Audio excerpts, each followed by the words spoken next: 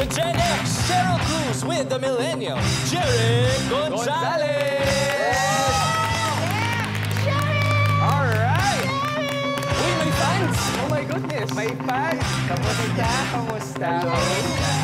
Mabuti, congratulations sa inyo, Seth and Andre. Magandang gabi sa lahat, mga puso. Yun. Sorry, I can't... Yes.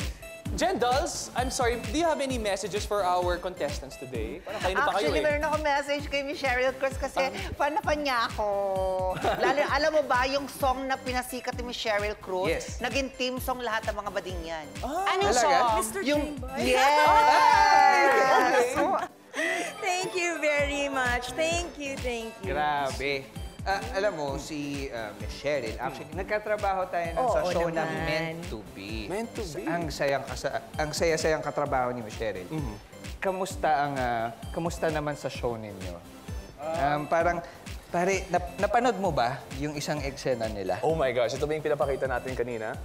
Oo. Yes. In fairness, pinainit nyo ang hapon namin. Maraming salamat.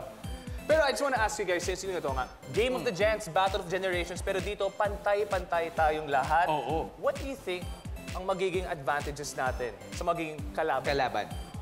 I guess, opposite sex, yun lang yung magiging advantage. Pwede. Oo. Yun na yung yun na yung pinaka naiisip ko na maayos. I see. Ikaw naman, Jeric. Si Sa tingin ko... Idol. Grabe sa idol. Sa tingin ko, yung advantage is si Michelle, yun nga, katulad yung sinabi niya sa part ng yung medyo 80s to 90s, ganun, 70s. So, Yes. sa kanya yun. Tapos ako na yung bahala, yung Ikaw na millennial. Ako bahala sa kanya. Ikaw naman.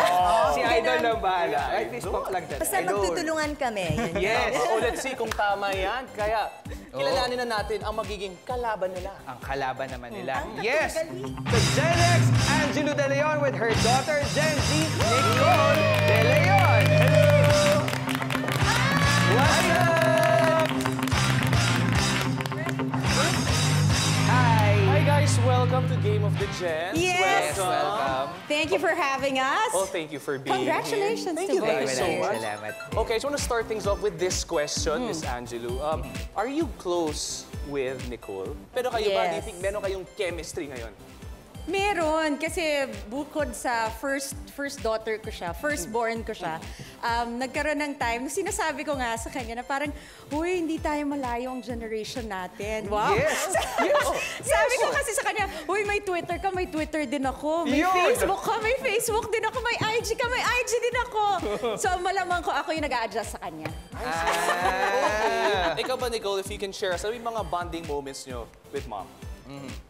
Bonding moments for sure is whenever we see something on TikTok or Instagram, Yeah. we send it to each other. It's like, look at this, and then we'd reply, and we just.